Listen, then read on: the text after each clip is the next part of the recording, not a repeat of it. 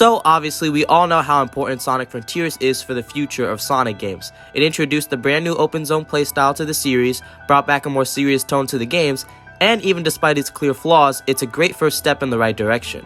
A good majority of players really enjoyed the open zone game design that Frontiers brought to the table. It brings an entirely new way to experience Sonic. The sense of freedom that the player feels when running around an open world with absolutely no limits feels fantastic. It's an experience that many Sonic fans have been craving for the longest time. Being able to explore huge landscapes at high speeds is any Sonic fan's dream, and Sonic Frontiers makes that dream a reality even if the game is a bit rough around the edges. Overall though, the reception Sonic Frontiers received was pretty positive. It's one of the best modern Sonic games in recent years. While it was already planned, the success of Frontiers no doubt contributed to Sega's decision of continuing forward and improving upon the Frontiers formula.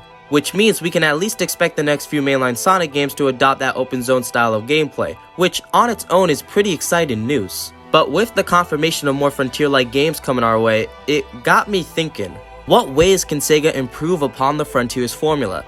And is the Frontiers formula even sustainable in the first place? Can it work in the long term? Well, first, before we start brainstorming ideas on how the Frontiers formula can improve, we need to identify its flaws first and how they negatively affect the gameplay. One of Frontiers' flaws is the extremely repetitive gameplay loop. Anyone who's played through Frontiers would know how annoying this aspect of the game got. Essentially, the gameplay loop for Frontiers goes as followed. Sonic spawns on a new island, he collects memory tokens to help his friends who are stuck in cyberspace, while also collecting gears in order to enter cyberspace portals so that he can get vault keys for the Chaos Emeralds. After collecting 6 emeralds, Sonic climbs the Titan that opposes him on that specific island, and grabs the last emerald to go supersonic and take down the Titan. At first, this seems like a fun gameplay loop, but after a while, it does get extremely stale and boring. Most of the time when I was playing Frontiers, I would spend anywhere from 30 minutes to an hour just running around everywhere on the island and trying to collect a certain number of memory tokens. And then, when I would finally collect the right amount, all I would get from my work is a 1-minute cutscene of Sonic and one of his friends having a quick chat before the game tasked me with collecting more memory tokens. At the beginning of my first playthrough, it wasn't a problem I was necessarily worried about, but I definitely started to feel the staleness of the whole thing after reaching the halfway point of the game. It felt like the entire game was just me running around collecting memory tokens for an hour, then getting a short and boring cutscene before again having to collect more memory tokens for another hour, only to get another short and bare bones cutscene before again being tasked to collect even more tokens. The loop just goes on and on. Overall, the gameplay loop just becomes very stale and irritating after a while. There aren't many ways Frontiers spices up its gameplay, and it suffers from a lack of unique objectives as a result. While this aspect of the game is certainly a huge flaw, it wouldn't be nearly as bad as it is if the islands weren't just super bare bones. A major selling point for Frontiers is that it's an open world experience where you can go and explore the huge Starfall Islands, but there isn't necessarily anything to discover and explore other than the geographical layout of the islands. This is partially because Frontiers lacks environmental interaction. The islands are the way they are, and there isn't much you can do to manipulate anything already on the islands. For example, take a game like Breath of the Wild. Everyone knows that Breath of the Wild is a game where you can drastically manipulate the environment, mainly by using runes, but you can also burn and cut down objects as well, that'll help the player by giving them helpful items like food and such. Because Breath of the Wild has mechanics like these, it encourages the player to mess around with their surroundings and find secrets that can help them on their journey, leading towards exploration. Sonic Frontiers has nothing like this in the game. Interacting with your environment and surroundings is a non-existent mechanic and only happens in scripted moments of the story. Now, one can argue that Sonic isn't about interacting with your surroundings and finding secrets, it's just about going fast and killing enemies. But if Sega and Sonic Team really wanted to add these small challenges to the game that are basically mini puzzles, stopping all fast-paced action in the game, then they could definitely add some mechanics in the game that allow the player to manipulate their environment and find hidden secrets. Overall, adding more mechanics that can manipulate Sonic's surroundings would add more game depth and encourage players to really explore the open zones in Frontiers 2 instead of just running through it all. The combat system in Frontiers was something that I was really excited for before the game's release, but after experiencing it, I can say there are definitely some ways that the system can improve. I feel as though a lot of the skill moves that can be unlocked through the skill tree become more redundant the more you progress through the game, not to mention how some abilities are just extremely broken and OP. For example, at the beginning of the game, many players will probably unlock the Sonic Boom attack, that basically sends waves of kicks at enemies from a safe distance. This move is extremely broken when playing through Kronos Island. It is so easy to take out enemies since the move has no cooldown or charge up. You can use it whenever you like. And the fact that you don't even have to get close to enemies, you can attack from distance, makes it even more of a broken attack. Whenever I would get into a battle in Chronos, all I would have to do is hold LT on my controller and my work there was done. It would be as easy as that. However, once I got to later islands like Ares and Chaos, the move became completely irrelevant to the point where I would forget I even had the move in my arsenal in the first place. This would be the case either because enemies got way too strong for the attack to do any effective damage, or I would unlock another attack that did way more damage way more efficiently. The Cross Slash is basically just the Sonic Boom, but better in almost every way. It does more damage, it sends out attacks faster. I mean, after unlocking this attack, Sonic Boom might as well be removed from the skill tree because it serves almost no purpose. Most of the moves you unlock earlier in the game become irrelevant the more you progress, because why would you use weaker and less efficient attacks when you have attacks like Cross Slash and Cyclone Kick?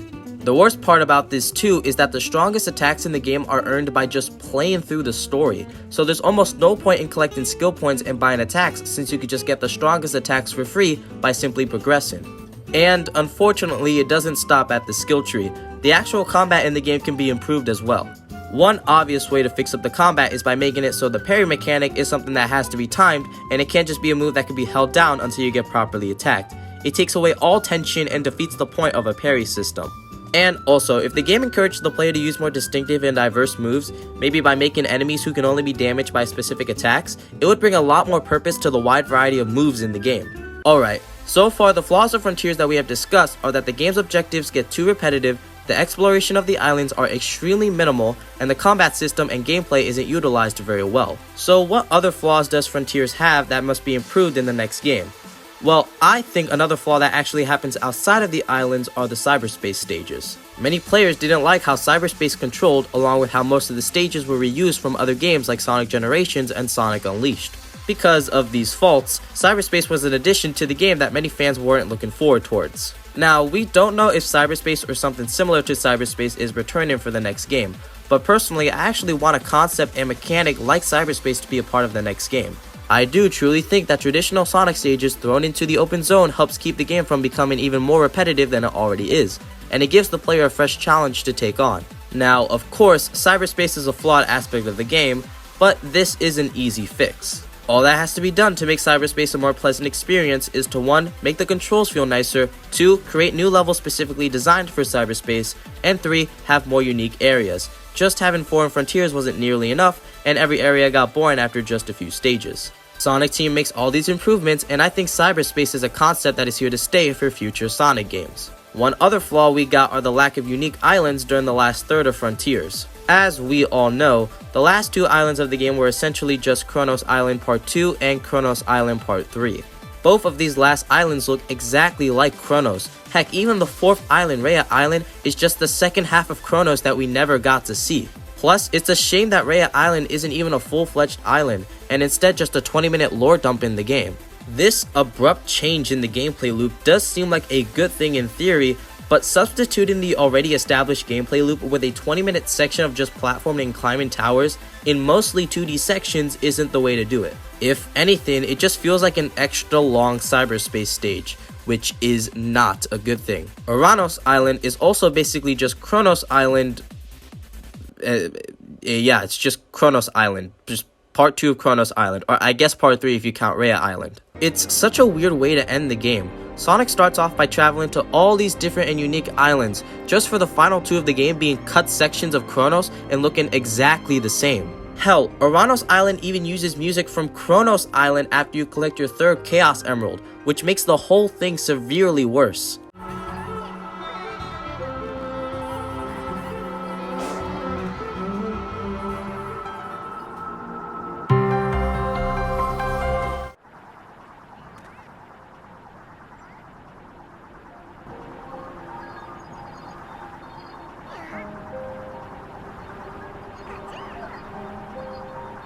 And the end of Uranos Island, which is also the end of the game, is extremely lackluster. Supreme as a final boss was pathetic, and the end as a secret final boss being the hack minigame from before is so out of left field it's jarring. So in the next game, assuming Sonic Team is once again doing the whole multiple islands thing, they gotta make sure every island is different and unique, with none being just dedicated to lore dumping. Every island must have its own identity. Alright, so at this point, I think I've pointed out all the major flaws that Frontiers has. Quick recap, the flaws we have are repetitive game objectives, lack of deep exploration, disappointing combat system, ununique cyberspace stages, and a lackluster final third. I've also come up with some additions that can be included in the next Sonic game, just to give it some more content. Number 1, add in more side characters or NPCs for Sonic to interact with. Add in NPCs around the islands would make the environment a lot more lively. I get that Frontiers was trying to go for a more depressed and lonely kind of vibe, but in the next game they could for sure add some NPCs roaming around the areas for Sonic to talk to. It would give the player more activities to do, and it would generally just help bring more life to the open zone. Add in locations like villages and towns that have a thriving community encourages more exploration, which is something that Frontiers lacks badly in. Then off to number 2, we have making it so cosmetics can be earned and rewarded in-game. It's truly a shame how all the outfits in Frontiers are mainly just DLC stuff. You don't earn them, you kinda just get them by downloading something to your game. Plus, a lot of these outfits don't come too often, which makes the whole thing feel like a total waste of potential. In the next game, I would love to have it so the player can actually earn their outfits and cosmetics, whether it's through finding them hidden on the islands behind a puzzle, or gathering up enough rings to go over to a store and buy a new pair of shoes or a hat. Kinda like how they had it in Sonic Colors Ultimate, where you can collect park coins and exchange them for cosmetics. Maybe in the next game, they can have light blue coins, kinda like the purple coins that are already in Frontiers, that act as currency for stores. And you can use that currency to buy outfits and stuff like that, and maybe you can even buy upgrades to actually increase Sonic's speed, or maybe how long he could boost before his meter runs out. There's so many possibilities when it comes to having a store in a game like Frontiers. And I already know what you're thinking. Don't we already have a store in Big's Fishing minigame? And you would be right. We technically already have a store system in Frontiers, but I see that system as more of a shortcut to skip actual gameplay of the game, since most players used it just to buy all their memory tokens and vault keys. What I'm proposing is a store that doesn't help the player skip gameplay, but instead gives benefits that will make the process of playing the game a lot more easier and efficient. It wouldn't be skipping gameplay, it would be decreasing the difficulty with helpful upgrades. With the bonus of adding cosmetics in the store, of course, which would be added just for the players to be more encouraged to collect more blue coins and earn a sick outfit. Hell, even some of these outfits can be locked behind absurd challenges like S-rank all cyberspace stages or complete the first island without taking damage. That way some of the more skilled and experienced players are also being recognized and well rewarded for their troubles. And finally, number 3, add in some sort of multiplayer mode. Whether it be the player being able to actually play the open zones with their friends in real time, or having a functionality where you can race other players in cyberspace stages, having some sort of multiplayer mode in the sequel to Frontiers isn't really something that is absolutely needed. However, it would be nice if we had it. Playing games is most fun when playing with good friends you know. It just adds on to the experience, so any kind of multiplayer in the next game would be greatly appreciated. And that, my friends, are my thoughts as to how the sequel to Frontiers can improve upon its original predecessor. To wrap this up all in a simple recap of the entire video, in order to make Frontiers 2 the best game it could possibly be, it needs to spice up the game and story objectives, encourage more exploration and discovery, utilize its entire combat system, feature new and distinctive cyberspace levels and background designs, have islands that are all unique, have a good and satisfying story from beginning to end, include more NPCs and locations to interact with, contain a store or shop that includes cosmetics and proper upgrades, and finally, add some sort of multiplayer mode somewhere in the game. I truly believe that if Sonic Team improves upon all of these factors, that we would have the best Sonic game of all time, no doubt about it. Of course, this is all my opinion, and not everyone will agree with me, but I like the way my list turned out in the end. And to answer the question that I presented at the beginning of the video, is the Frontiers formula sustainable? I truly believe that it is an absolute yes. There is just so much potential with this formula, and I have no doubt Sonic Team will utilize all of this potential the best it possibly can in order to make the best Sonic games out there. Because I believe that the Frontiers formula is a home run idea from Sega and Sonic Team, and after the potential of the gameplay style showcased in Frontiers, it makes me extremely excited for the future of Sonic.